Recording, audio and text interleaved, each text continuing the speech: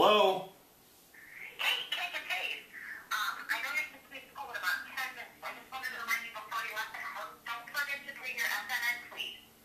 Oh, no, I won't forget it. I'm just 1 foot out the door, Hayes. I'll grab the fleece and get in the car, and yeah, I'll be right there. All right, I'll see you in a few. Well, okay, have a nice morning. Oh, crap.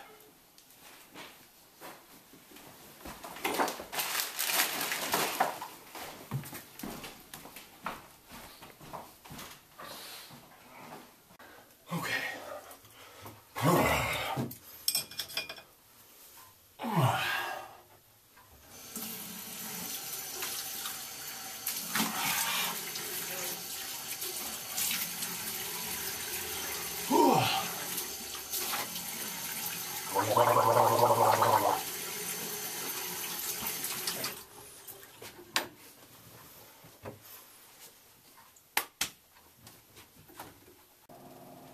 Come on.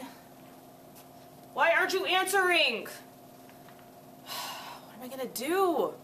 We go live in 5 minutes. I can't host like this. Who am I gonna get? Oh, maybe.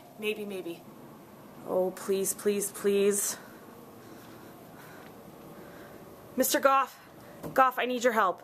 Mr. Kickless was supposed to host an SNN episode. I don't know where he's at. Do you think you could help me out? I'm 1 step ahead of you, Hayes. Oh!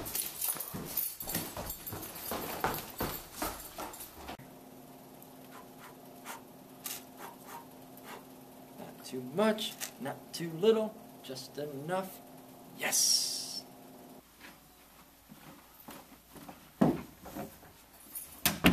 Rassen, dwaren, 3 en 4. Rassen, dwaren, 3 en 4. Rassen, dwaren, 3 en 4.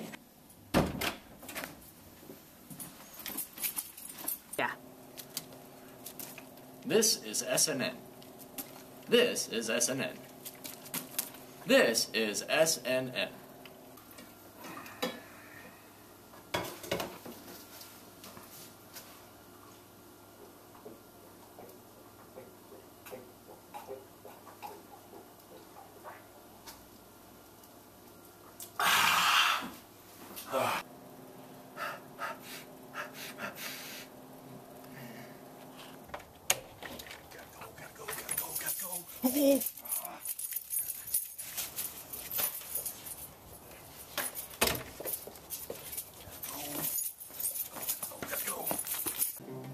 This is SNN. This is SNN. Definitely no. This is SNN.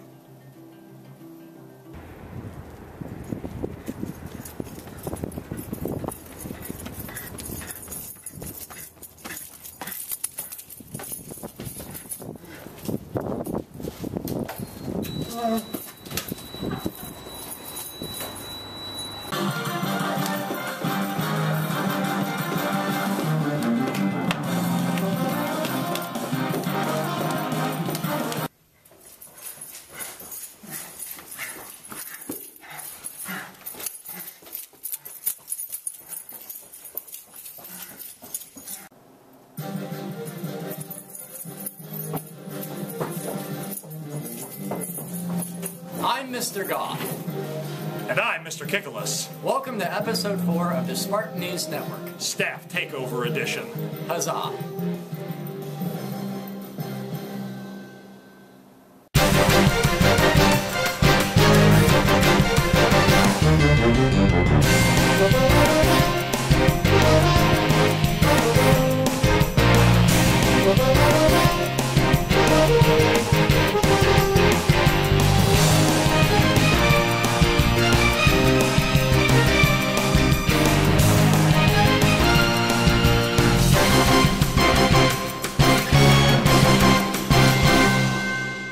On January 21st, Highland Middle School experienced an unusual day. You probably remember the lockdown. The backstory was that an individual called and threatened the high school. So on precautionary measures, the school town of Highland sent all of its schools on lockdown and left the teachers and students in the classrooms for a few hours until we knew exactly what was happening. Here's Paige Fanning with more of the story. On Wednesday, January 21st, not only was the high school under lockdown, but so were we. The high school had received a call threatening the school if they did not hand over a sum of money. In my case, I was sitting in my English class when it happened. Announcements came on saying that there was a lockdown, and it was not a drill. So we all swarmed into the back of the classroom and sat there in the dark, cramped. I asked a few people how their experience went. Well, obviously, when the lockdown first occurred, it was very, very nerve-wracking and nervous. In my time teaching here, I've never had to deal with something like this. So, at first, it's very nervous and a little terrifying, I guess. So, once we got everyone to where they needed to be, and I knew that we were doing what was best for the students, and all the staff and teachers here would take care of what they needed to. During the lockdown, I was probably one of the few unique teachers that actually was on my plan or my prep period, so I did not have any students to supervise. So I basically went into lockdown in my room by myself for the first considerable amount of time, for the first probably hour and a half.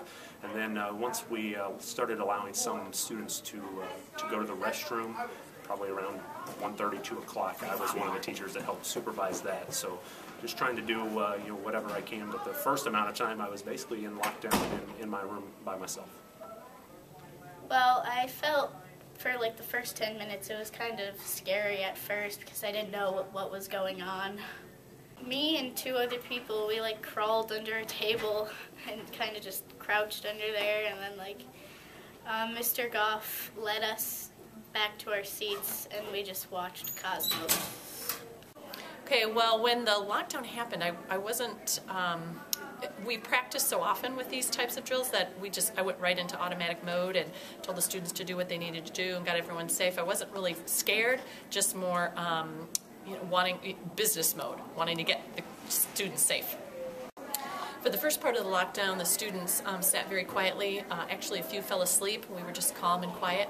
After that, we actually got some playing cards out because it was real quiet and we could stay up in the one corner of the room.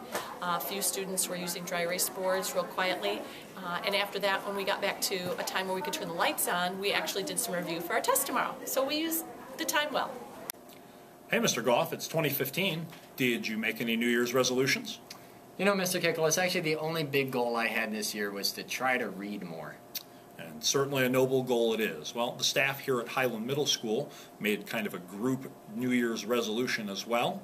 And as a result, 19 teachers here at HMS are participating in the Staff Health Challenge. Now, it's not a weight loss competition. It's just an effort to live a little bit healthier. Staff members here trying to eat better, eat more vegetables, drink more water, get a little bit more sleep, and things of that nature. Let's hear a little bit more from Megan Herron about the story. It's that time of year where everyone wants to be healthy. However, this is the first time I've heard of a health challenge. 19 staff started in 1 week, and 4 weeks, 8 dropped out. I interviewed the brains behind the project and a couple other staff members on why they are doing it and what they think they are doing. Okay, so the Staff Health Challenge started, it was sort of my brainchild over Christmas break. I was talking to some other teachers who, kind of like me, had gotten into some very bad habits with cookies and all the other holiday stuff laying around. So I thought, why don't we do some sort of thing that would motivate a bunch of us? So we came up with the Staff Health Challenge, and we get points for doing good things like eating vegetables, drinking 8 glasses of water a day, getting enough sleep, taking a multivitamin, and we get double the points for every 10 minutes of exercise we get. We also lose points if we consume junk food, if we have more than 2 cups of coffee a day, or we drink yucky beverages like pop. I am doing the health challenge because I like to live healthy. And in fact, I've always done this stuff my whole entire life. How is it going? The hardest part is keeping track of everything and then writing it down and adding up the numbers. So besides that, it's been a great idea by Mrs. Hayes. Okay, I am doing the Staff Health Challenge because I think that it's a great idea to help keep each other accountable, and it's just a great way to keep yourself in check as to what you're eating and keep track of how healthy you are or are not being.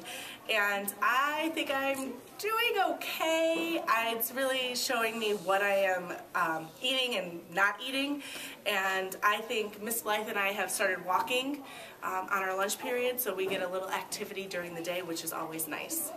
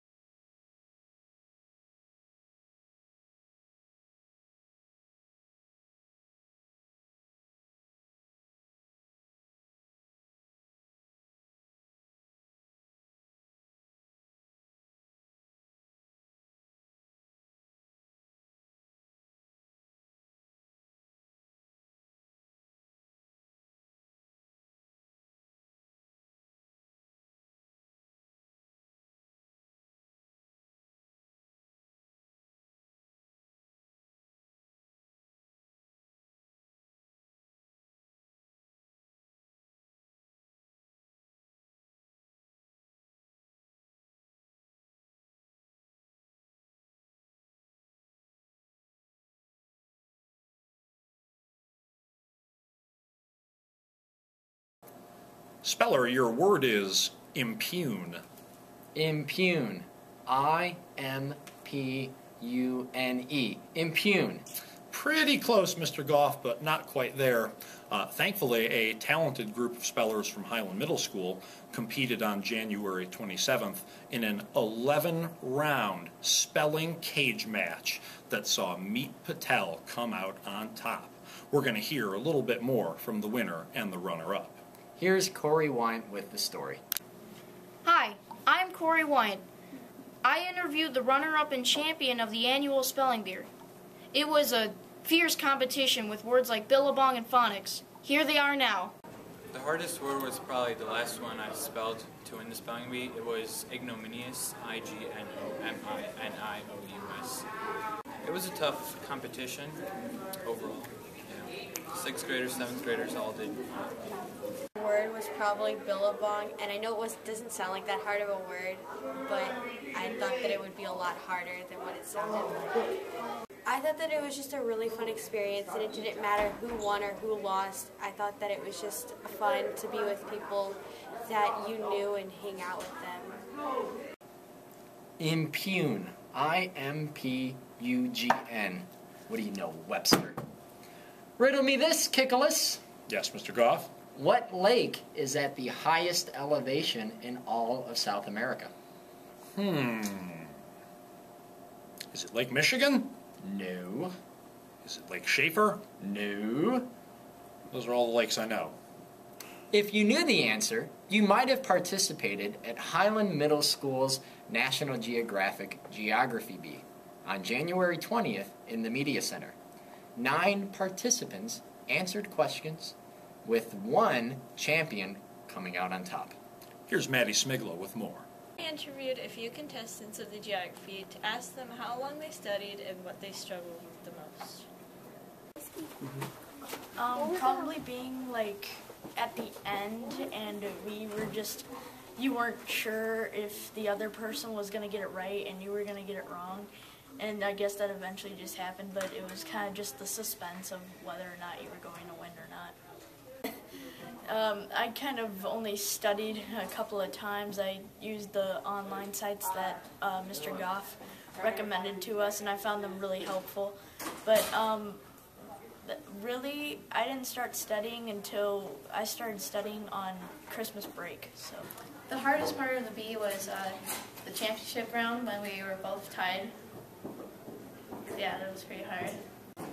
I studied for about an hour every night, and I used a website that Mr. Goff gave me, and then a few other sources like some books.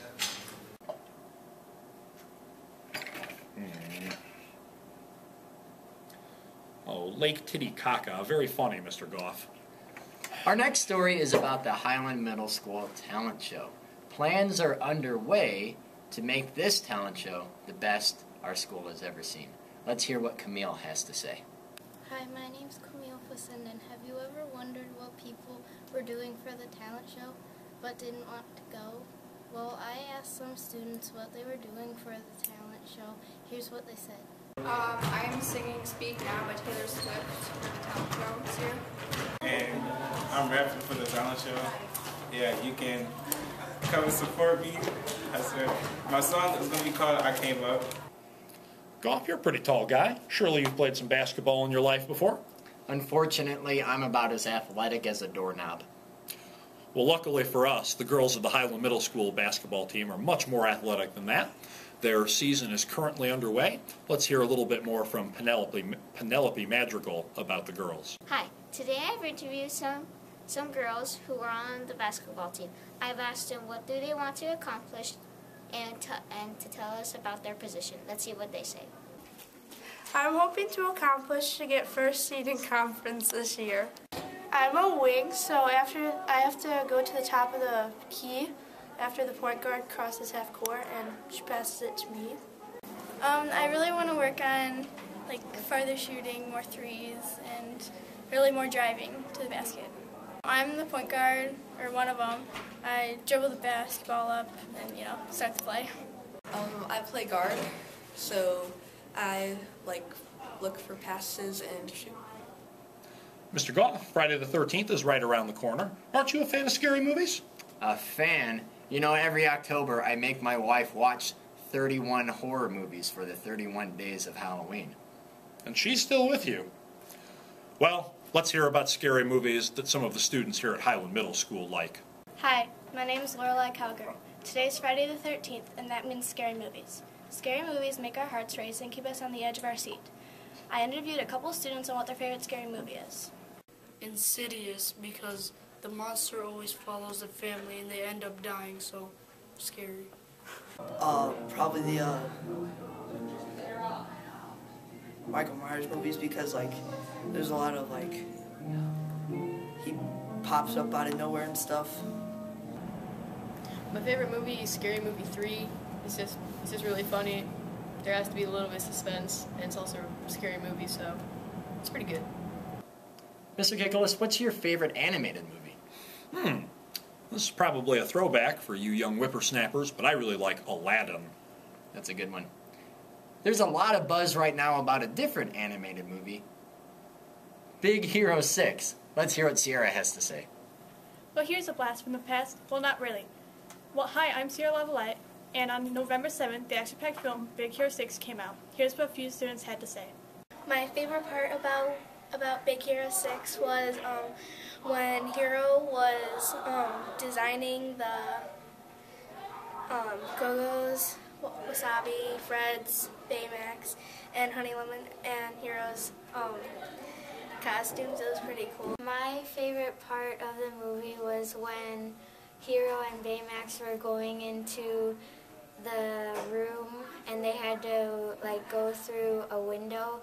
And when Hero went in first, then Baymax tried, and he was like, 1 second, please. I need to let out air. Well, he was running low on battery, and he was very funny when he was like, we jumped out a window. Mr. Goff, there's a new season of American Idol airing right now. Who's your favorite judge? Ruth Bader Ginsburg. I don't think she's on the show anymore. In any case, let's hear a little more from Savannah Vella about American Idol. My name is Savannah Vella, and I interviewed some students about the TV show American Idol, and this is what they had to say. My favorite judge is J-Lo because she's pretty and she is smart.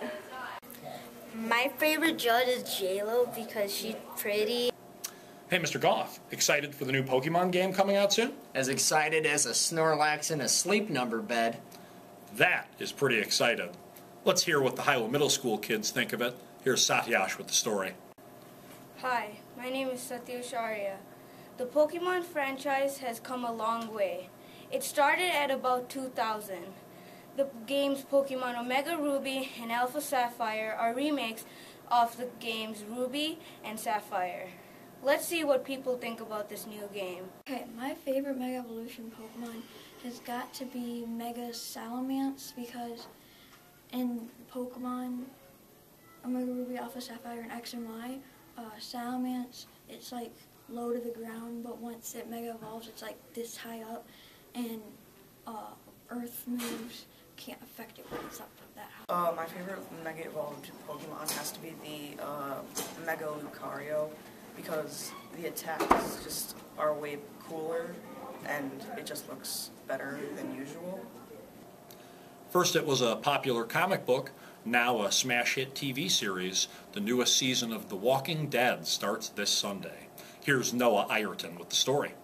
Hi, my name is Noah Ireton. The hit series The Walking Dead, coming this February 8th, first started as a comic book series. One of the most exciting things that I asked people is who is going to die this season. The Walking Dead is getting a lot closer to the comics. In the comics right now, they're probably around season 9 or 10. And who I think who's going to die is maybe Sasha, and Tyrese is going to have to hit her head with the hammer. I like The Walking Dead. I think it's a really cool series. And I think the person that's going to die is probably going to have to be Carl. The Walking Dead is my favorite show, and I think that Carol's going to die this season because everyone good seems to die. Say, Mr. Goff, Friday the 13th is right around the corner. Do you know of any interesting superstitions?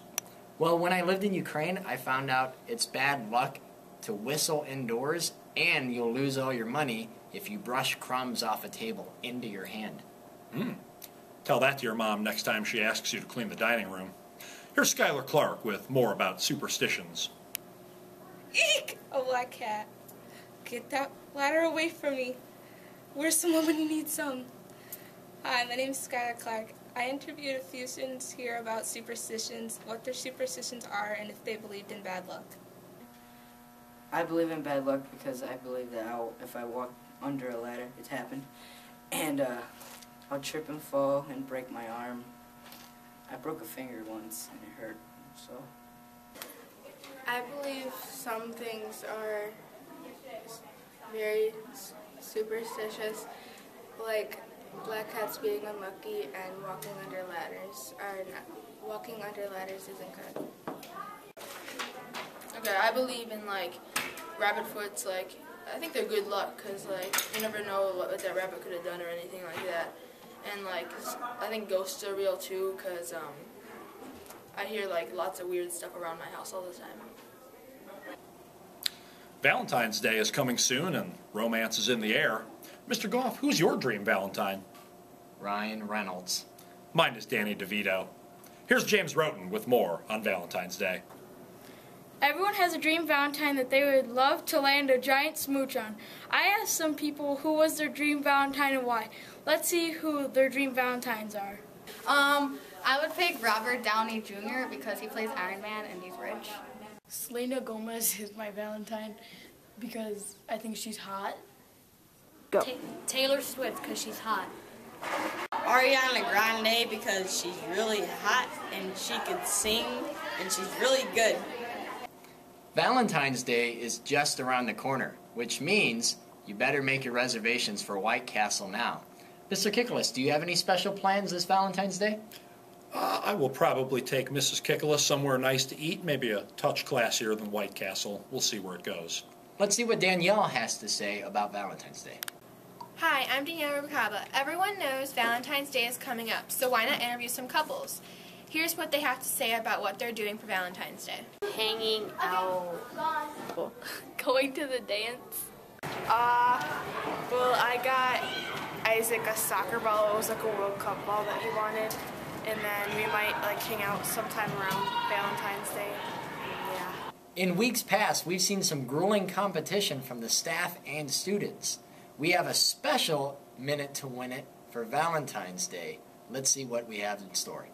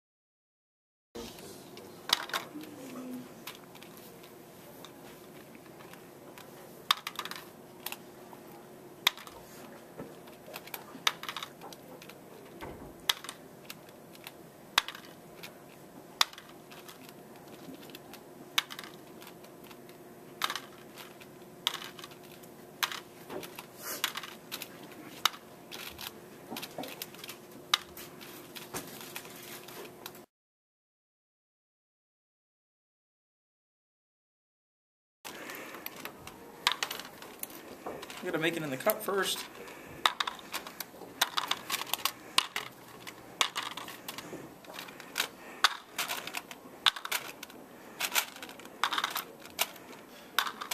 This isn't that hard. Oh, come on.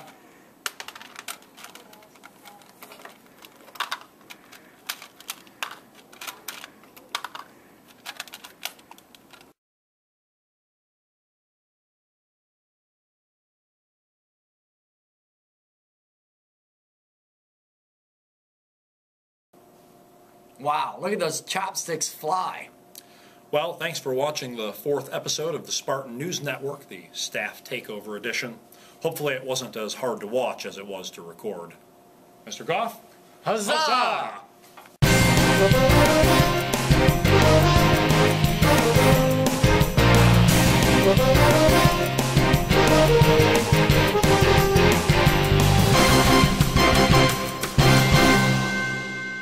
To be saying I'm Mr. Goff when, as I'm getting into the chair, good. I suppose. So there's a little bit of a timing element there. Like right when you get over here, I'll say that, and then you'll... And I'm Mr. Kickless. And you'll slide in. I'm Mr. Goff. I'm Mr. Kickless. You'll say the... Welcome to episode 4 of the Spartan News Network. Staff Takeover Edition. Huzzah. Nice. Can we keep the huzzah in there? We don't have to. If it's totally deadpan like that. Yeah. Huzzah. Alright, ready? Here we go.